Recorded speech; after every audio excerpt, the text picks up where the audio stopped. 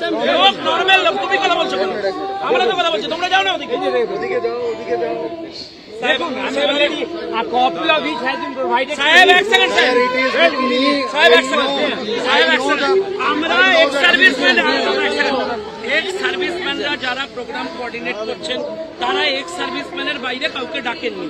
এখন এখানে একটা যেহেতু ওনার বসে অনুষ্ঠান করছেন, অনেকে দাঁড়িয়ে ইন্ডিভিজুয়ালের দায়িত্ব আমি নেব না। অফিস বেয়ার নেই, অফিস বেয়ার নেই, no general secretary, no president. কে আছে? কে আছে? আপনি আসুন না স্যার, ওনাকে নিয়ে মঞ্চে দেখান, আপনি মঞ্চে দেখে নিন কে আছে। There is no office bearer of the BJP.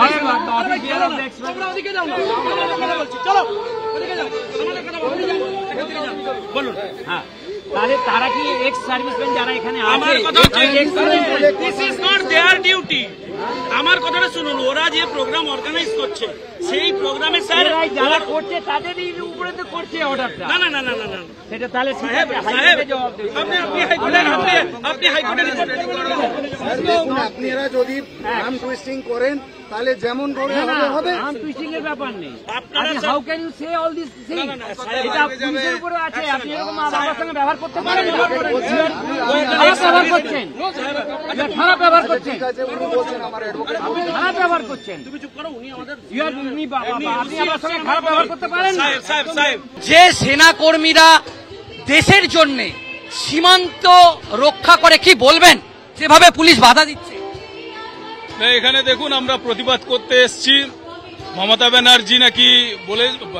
Banerjee বলেছিল 200 জন আমাকে দেখে ভয়ে পালিয়ে গেছে। আমরা তো অবসরপ্রাপ্ত, আমরা তো এসেছি আজকে এখানে প্রতিবাদ করার জন্য, আমরা ভয়ে পালাবো না। আর ভারতবর্ষের ইতিহাসে কোথাও ভারতীয় সৈনিক কোথাও পিছুপা হয়নি। আপনি দেখাতে পারবেন না 1947 থেকে 2025 পর্যন্ত ভারতীয় সৈনিক কোথাও পিছুপা হয়ে যায়নি। আপনি কার্গিলের লড়াই তো দেখেছেন, কত হাজার ফিট উপরে বসছিল ভারতীয় সৈনিক, নিচে ছিল, দখল হয়েছে, পিছুপা হয়নি। সেনাবাহিনীকে এরকম রাজনীতিকরণ ভারতের অন্যান্য রাজ্যে তো এরকম ভাবে দেখা যায়নি, কি বলবেন এটা নিয়ে? এটা তো একটা নজির। মমতা ব্যানার্জি তার রাজনৈতিক বেনিফিটের জন্য, রাজনীতিকরণের জন্য সৈনিককে অপমান করতে করতে সৈনিককে অপমান এবং দেশদ্রোহী কথাবার্তা বলছেন। উনি দেশদ্রোহী যেভাবে কথা বলেন, একজন মুখ্যমন্ত্রী হয়ে সর্বোচ্চ পদাধিকার হওয়া সত্ত্বেও উনি এইভাবে কথা বলছেন। উনাকে তার এই গৌরবময় জায়গায় থাকার কোনো অধিকার নেই।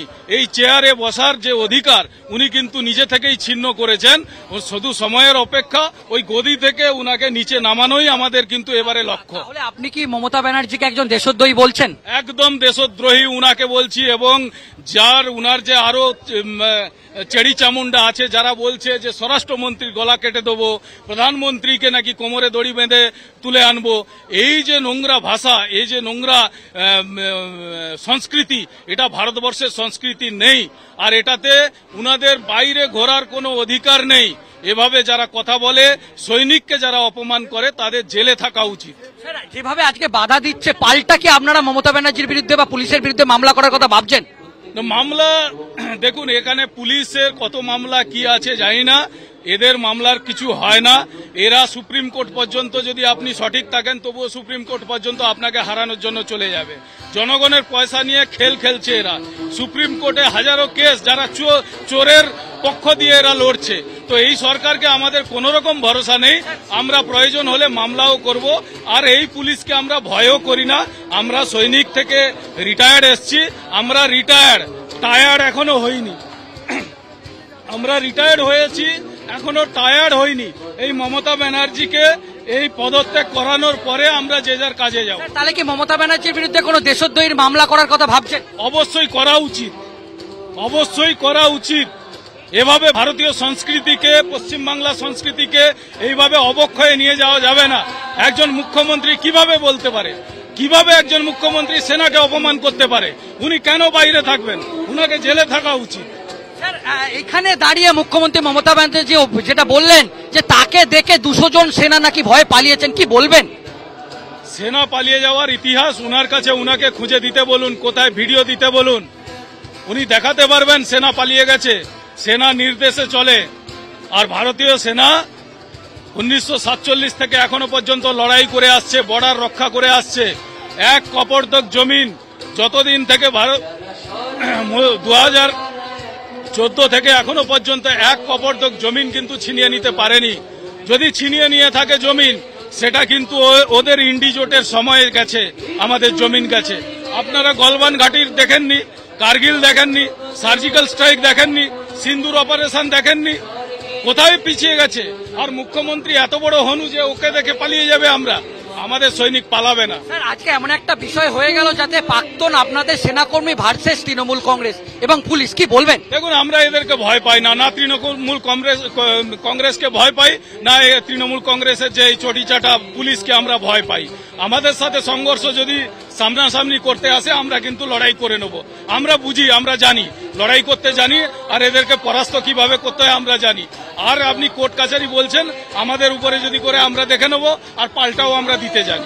আমরা ভয় করি না, মমতা ব্যানার্জিকে আমরা ভয় পাই না। অবসরপ্রাপ্ত যারা সৈনিক রয়েছি, আমরা মমতা ব্যানার্জিকে ভয় পাই না। এই চোর মমতাকে আমরা ভয় পাই না। আমাদের যে 10% কোটা এক্স সার্ভিসম্যানের, এটাও চুরি করেছে এই মমতা ব্যানার্জি। সেই জন্য এই মমতা ব্যানার্জিকে আমরা ভয় করি না।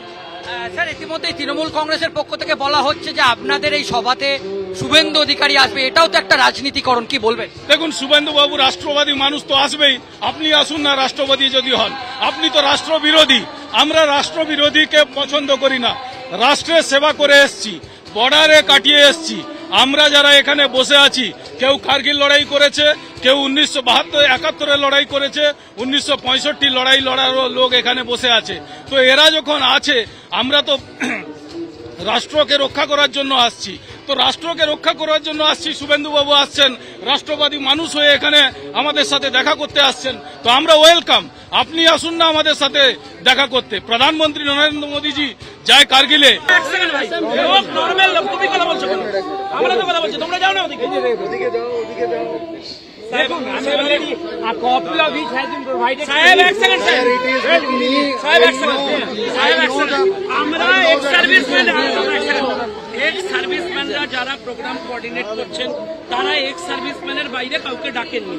এখন এখানে একটা, যেহেতু ওনার বসে অনুষ্ঠান করছেন, অনেকে দাঁড়িয়ে পড়েছেন। স্যার, ইন্ডিভিজুয়ালের দায়িত্ব আমি নেব না। লেখা আছে, categorically stated that no office bearer of the BJP. কেউ অফিস বেরো নেই, অফিস বেরো নেই। No general secretary, no president. কে আছে? কে আছে? আপনি আসুন না স্যার, ওনাকে নিয়ে চলুন, মঞ্চে দেখান। আপনি মঞ্চে দেখে নিন কে আছে। There is no office bearer of the BJP. তোমরা ওদিকে যাও না, আমরা কথা বলছি। চলো ওদিকে যাও, আমাদের কথা বলছি। বলুন। হ্যাঁ, তাহলে তারা কি এক্স সার্ভিসম্যান যারা এখানে আমার আছে, কথা হচ্ছে, this is not their duty. আমার কথাটা শুনুন, ওরা যে প্রোগ্রাম